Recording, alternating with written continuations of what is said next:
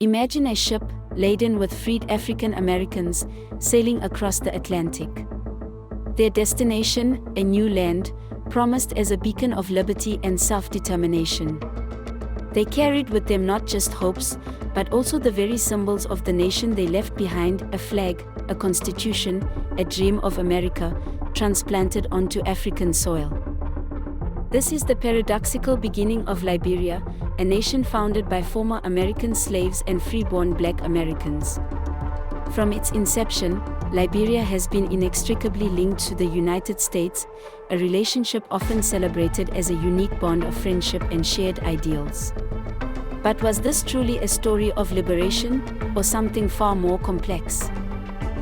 Was Liberia genuinely a land of liberty, a testament to Black self-governance, or did it become a neo-colony, subtly controlled by the very nation that helped birth it?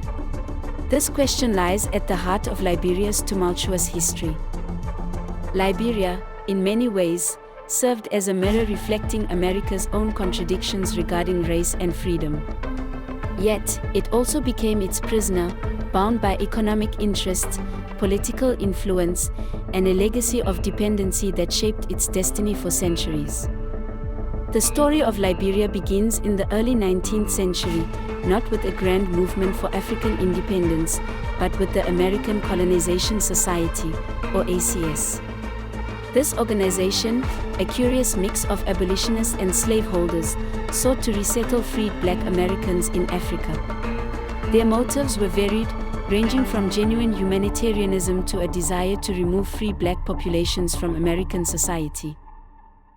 In 1822, the ACS established a colony on the West African coast, a place they named Liberia, meaning Land of the Free. It was envisioned as a haven for those escaping the systemic racism and oppression of the United States.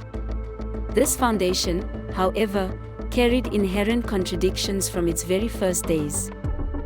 The colony declared its independence in 1847, becoming Africa's first independent republic.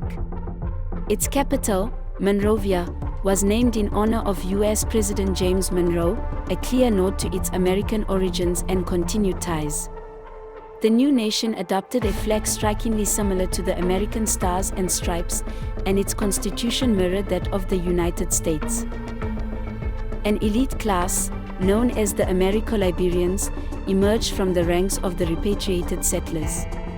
They formed the ruling class, meticulously modeling their institutions, from the presidency to the judiciary, after American prototypes.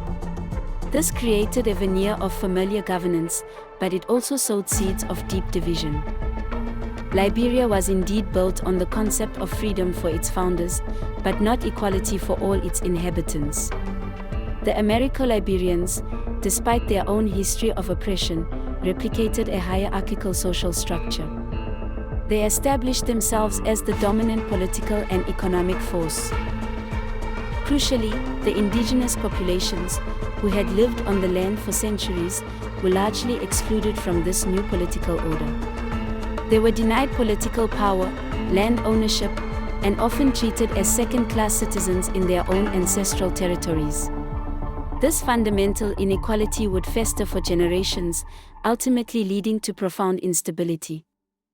As Liberia developed, its economy and infrastructure became deeply intertwined with American interests.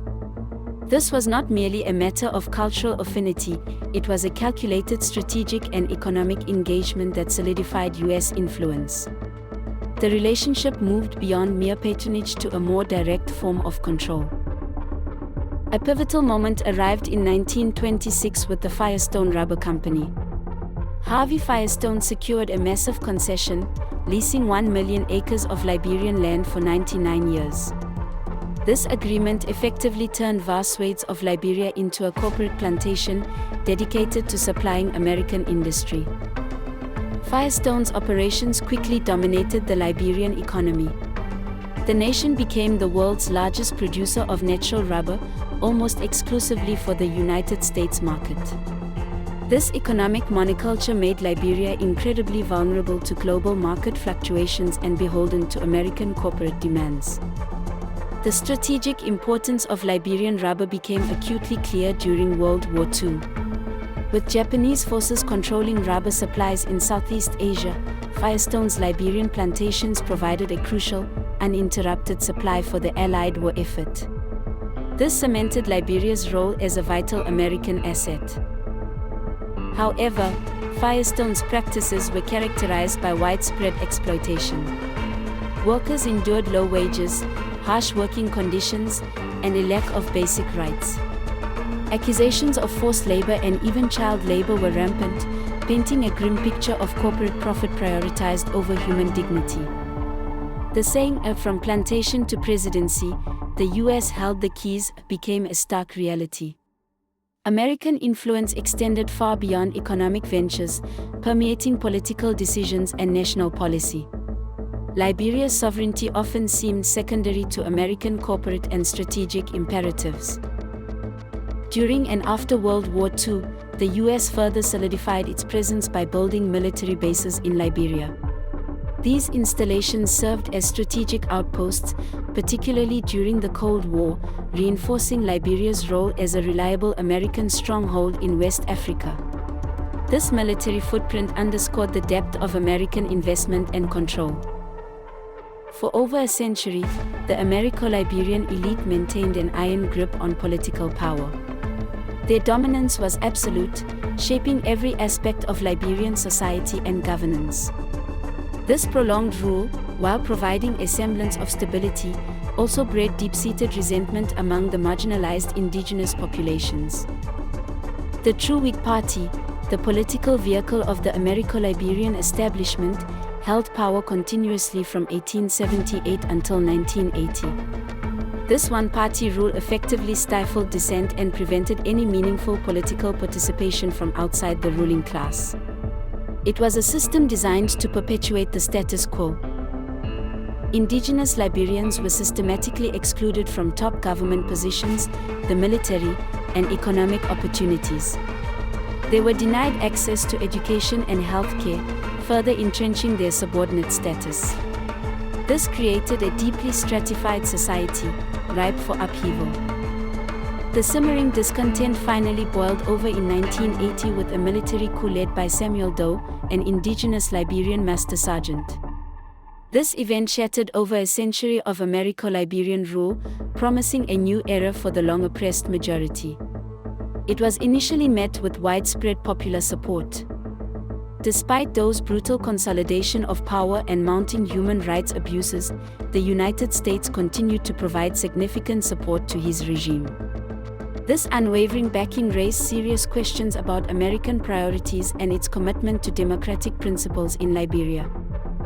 US support for Doe was largely attributed to Cold War politics. Doe positioned himself as a staunch anti-communist ally in a region where Soviet influence was a concern. This strategic alignment overshadowed any concerns about his authoritarian rule or the suffering of the Liberian people. American aid to Liberia under Doe was conditional, serving US strategic interests rather than genuinely fostering democratic development or human rights. This transactional relationship further entrenched Liberia's dependency and undermined its path to genuine self-determination. The seeds of future conflict were being sown. The deep-seated grievances and political instability culminated in two brutal civil wars that ravaged Liberia from 1989 to 2003. These conflicts were a direct consequence of decades of inequality, corruption, and external interference. The nation descended into an unimaginable nightmare of violence. The human cost of these wars was catastrophic, resulting in over 250,000 deaths and displacing millions more. Entire generations were traumatized, and the country's infrastructure was utterly destroyed. The fabric of Liberian society was torn apart by internecine conflict. Key figures like Charles Taylor rose to power during this period, leading rebel factions and committing unspeakable atrocities.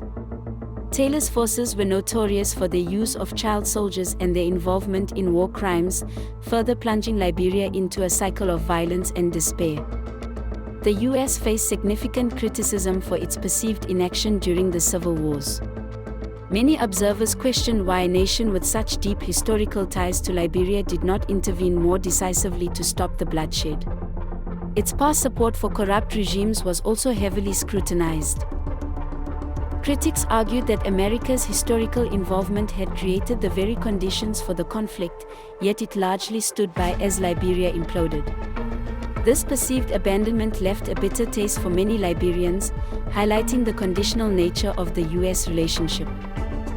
In the post-war era, Liberia began the arduous process of rebuilding. A significant milestone was the election of Ellen Johnson Sirleaf in 2006, who became Africa's first female president. Her presidency brought hope for stability and reform, but the challenges were immense.